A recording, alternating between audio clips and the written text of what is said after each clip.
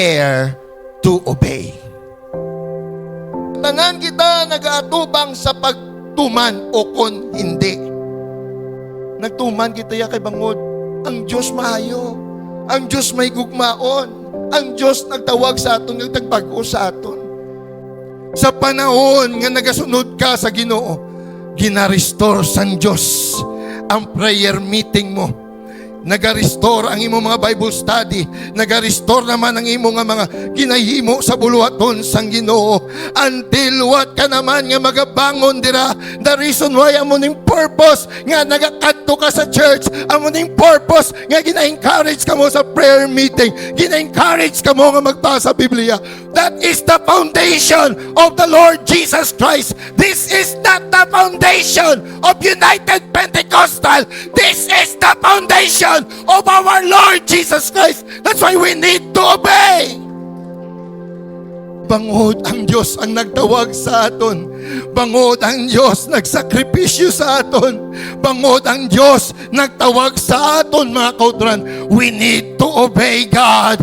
Tilanglan ko magmatinumanon sa Diyos para makatindog pa ko padayon sa buluhaton sang Ginoo. Magapadayon pa ako sa paghimo sa kausa ni Kristo.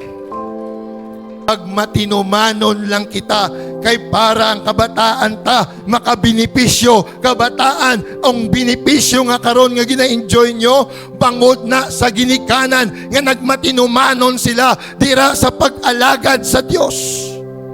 As long nga nagatuman ka, ang proteksyon sang Diyos makaupod ta. Hindi kita pagpabayaan sang Diyos sa diin man ta magpadulong. It is because once you obey God, the blessing in our protection. Bangod kung ara ka sa Diyos, kung matinumanon ka lang, hallelujah, ang Ginoo magaluwas sa imo bisan sa bisang kamatayon. Once you obey God, once you follow the rules of God, God will make a way.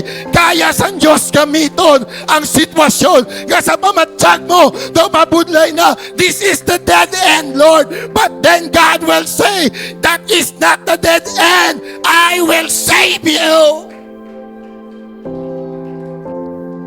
Obedience is part of knowing God. The more nga nagatuman sa Diyos, the more nga nakilala mo kung sino ang Diyos na. Tumana lang ba lang? Sunda lang ba lang Diyos? Kay makibot ka sa paghahimuon niya mga kauturan, kag makasiling ka, matuod-tuod gali ang Diyos, kay nga aman, nagmatinumanon ka. The more you obey, the greater place He can have in life. Muna galing aton pagalagad, looking unto Jesus, the author and the finisher of our faith.